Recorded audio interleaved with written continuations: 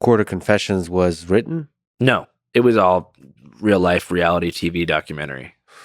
But it caught the attention of a larger company called Doing Things Media. Yes. And they contacted me pretty much like a week after I graduated from college in the May of 2019. And they said, hey, like, how would you like to produce a show? I was like, what do you mean? They were like, we'll get you an RV. We'll pay you $45K a year. We'll pay for gas, for food, for 2 hotels a week. Go out there, make content, and we'll be in the background just powering it all. And that was the birth of All Gas, No Brakes. Yes. I mean, All Gas, No Brakes was named after a book that I wrote called All Gas, No Brakes, A Hitchhiker's Diary, which chronicled the 70-day journey that we were just talking about. It's a tough book to find, by the way. Oh, yeah. There's only a few copies left. I'm thinking about doing a reprint at some point down the line, but I sold off the last 100 copies like a month and a half ago. Mm-hmm. Yeah. Until then, you guys should go read On the Road by Jack Kerouac. Yeah. You should read it. I don't know if you read it If you before. can't get my book, get On the Road by Jack Kerouac. It's great. It's the best. When's your birthday? I'll send you. April 23rd. Okay. I'm a Taurus. Coming soon. Typical Taurus, yeah. Yeah. I'm a typical Taurus man. I'm a Scorpio moon. Just write that down. What's the time when you were born? 11:30. 11:30 at night? Of course. Yeah. Typical. This guy knew it. That's the real science. Yeah. Anyways, so the idea of All Gas No Brakes as a show was to combine the I guess road dog ethos of the All Gas No Brakes book with the presentation and editing style of Quarter Confessions. So is to take Quarter Confessions on the road that was pretty much like a simulated hitchhiking experience, but with the editing and like punchy effects of Quarter Confessions, which is like I wear a suit, we do the fast zoom ins, little effects, stuff like that. It was those were the best years. It was just so fun. I mean, imagine you're fresh out of college. You were just a doorman interviewing people about like, making out with their cousin and stuff. And then boom, this company that you've never even heard of is willing to buy you an RV and give you $45K a year, which to me at the time was more money than I could possibly imagine. So I called my dad. I was like, Dad, I need you to find me an RV because he's the only guy I know who knows about cars. And even he doesn't know much about cars. So he's like, all right, I'm on it. So the RV was $20,000. Mm-hmm. And the first event that we were called to cover was the Burning Man festival. And that was tough because Burning Man is not too keen on filming. It's supposed to be a non-commercialized, escape from reality. I mean, they have a gift economy set up. It's based upon like mutual participation and non-exploitation. And so the idea of making a Burning Man video was tough at first because burners oftentimes, and this is not all of them, but are pretty well off in general. A lot of them have tech jobs, are pretty high up in Silicon Valley, and Burning Man is where they go to take off, to take the edge off and basically become their burner persona. On the playa, they become reborn, and they take ketamine and they wear kaleidoscope glasses and steampunk hats, yep. And they, snort MDMA and they run around the sand, listen to. Do you snort MDMA? That's one I need to do. Yes, you MDMA. Can. Yeah. I thought it's a pill. I didn't know. It's better to take it in a pill or water, but you can snort MDMA. I definitely need to take MDMA. I'm already full of love, but like that, I'd probably go on another level. Yeah, don't snort it because it'll only last for you like 90 minutes. Let me write that down. Yeah. So anyways, we didn't know what to do because we'd try to film. Don't snort. The initial idea for All Gas No Brakes was to, instead of asking people, what's your deepest, darkest secret, it was, what's the craziest trip you've been on? So the idea was to not satirize drunk people, but satirize people who are fried on acid. Oh. And so we went to Boulder real quick, did a test interview with some lady who talked about seeing ancestral aliens during a peyote retreat.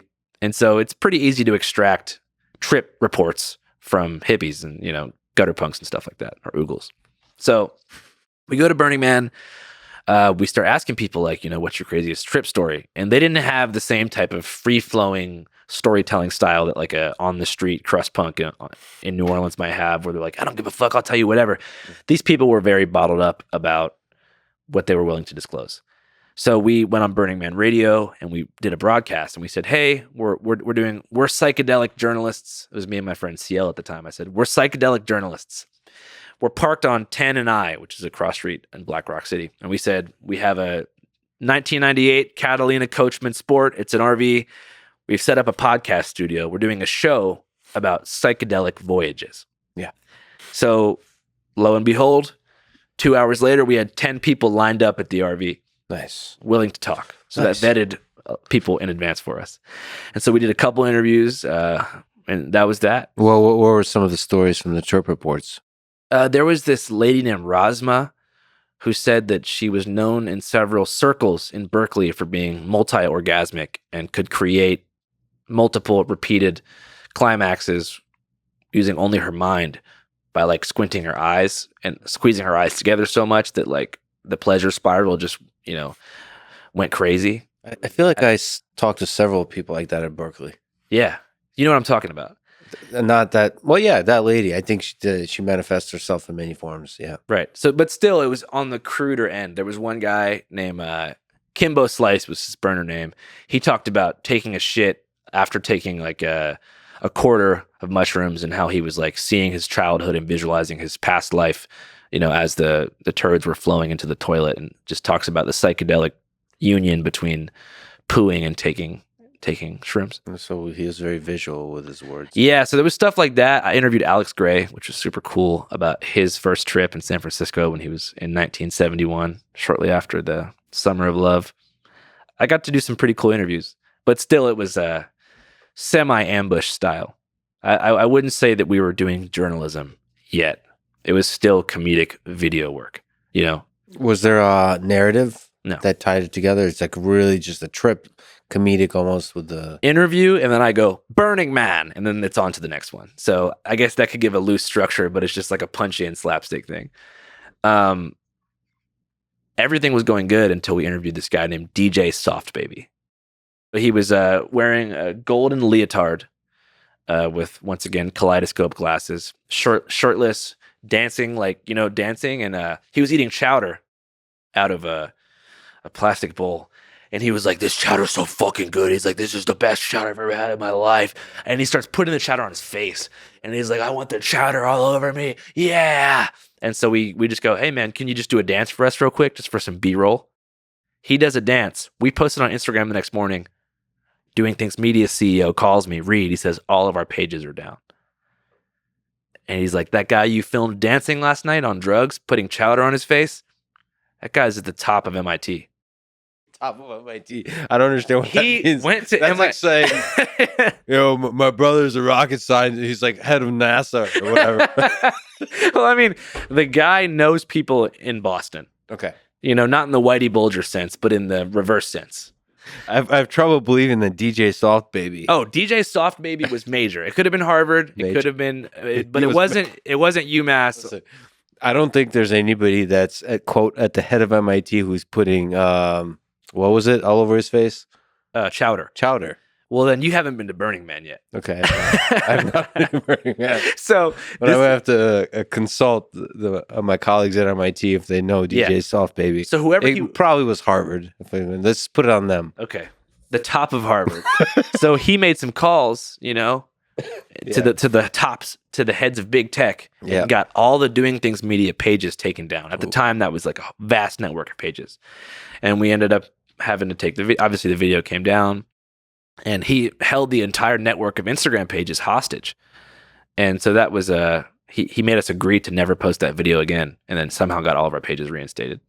So that was my first brush with powerful people on drugs, and that was probably my last brush with powerful people on drugs. So what did you transition into from there? I think after Burning Man, we went to the South, went to Talladega race weekend, went to a Donald Trump Jr. book signing, went to a Juggalo-adjacent fetish mansion in Central Florida called the Sausage Castle. Juggalo-adjacent sausage. Okay, can you run that by me again? A Juggalo-adjacent fetish mansion in Central Florida. Okay, fetish mansion in Central Florida. Juggalo-adjacent. I mean, every single one of those words I feel like needs a book or something. Right. So, by the way, who are the Juggalos? Is this ICP? ICP fans. ICP fans, okay. But I say adjacent because it's not a Juggalo mansion, but there's a lot of Juggalos who kick it at the mansion, and it's Juggalo friendly.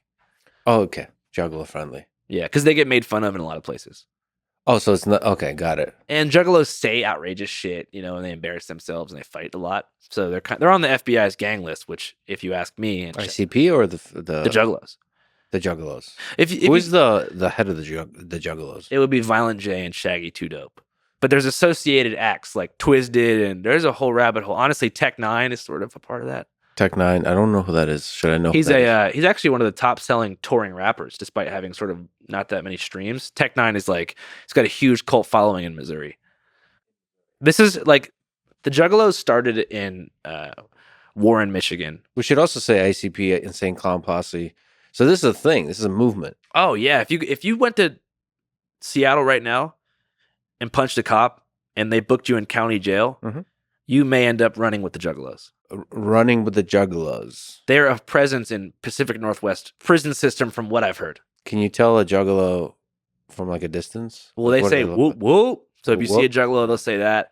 Also, like I'll try to look out for that. They're kind of, it's called the Dark Carnival is the mythology they abide by. What do they define themselves? What's the ideology? A family. No, I understand, but what's the ideology? What's the philosophical foundation of the? They're anti-racist. They like to drink Faygo and also just like cheap liquor and stuff like that. They're into drugs. Yeah. A lot of circles, if you pull out a crack pipe, people will be like, I don't want to drink with you anymore. If you're at a Juggalo party and someone's smoking Twiz or something, it's relatively accepted. What's Twiz? Meth. Right. Lots of tattoos? Yeah. The Hatchet Man is the most common one. So it's a Psychopathic Records logo.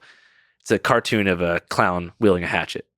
It's actually a pretty sick logo. I vaguely remember enjoying some of the ICP music. It's good. Yeah, it's pretty good. It's funny. It's edgy. Well, they get satirized a lot, but I got love for the clowns.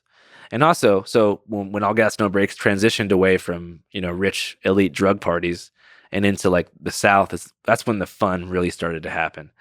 Living in your RV in Alabama and Florida and stuff is the best. Why? What is it about it? People are just so friendly down there, and it's warm year round, and people are non-judgmental. It's just great. The South gets hated on a lot, especially in the coastal states. Mississippi and Alabama are kind of like the butts of a lot of jokes and stuff, but those are great states. No, I love it. New Mexico, Albuquerque, all those. Oh yeah, the ABQs. It's great. ABQ, what's that? Albuquerque. It's what Jesse Pinkman called it, as the ABQ.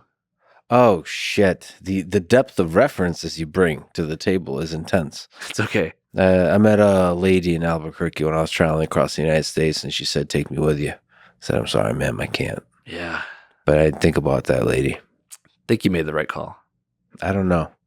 Yeah, On the Road. Yeah, by Jack Kerouac. Best book I've ever read in my life. There's a moment when he meets a nice girl on a bus, and they have a love affair. It was good. On the bus, or they?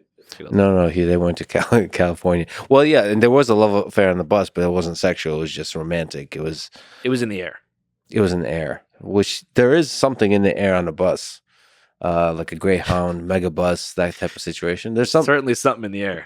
But it's a romance. There is, man. Yeah. When you travel across, because it's like strangers getting together, and you're like feeling each other out, but you're in it, like you each have a story, because you wouldn't be taking a bus unless you had a story. So especially if you're traveling cross country, there's something. You ever taken the dollar bus from Philly to New York, the Chinatown bus? Yeah, I have. Yeah. That's a great bus. The people on that. It's not a fucking $1 though. It was there's some that are bitches. $5. No. If you book it way ahead of time, which it's like $20. I was like, this is a fucking lie, calling it $1. I got on I don't know why I'm swearing. The anger came out. I apologize. Hey, swearing's okay sometimes. When last time I was on the Chinatown bus, there was like a rooster walking down the aisle. Actual rooster? Yeah, chilling. It was awesome. Well, there's a nice part of your film with a rooster. I forgot about that. Yeah, that felt almost fake. Yeah. Did you plant the rooster? No, the rooster. There's a place in Ybor City in Tampa where roosters walk around all the time, and we had a rooster parked there, right by the main drag. What did I say? We had a rooster parked. We had the RV parked in Ybor City for a long time, and the rooster laid eggs in the undercarriage.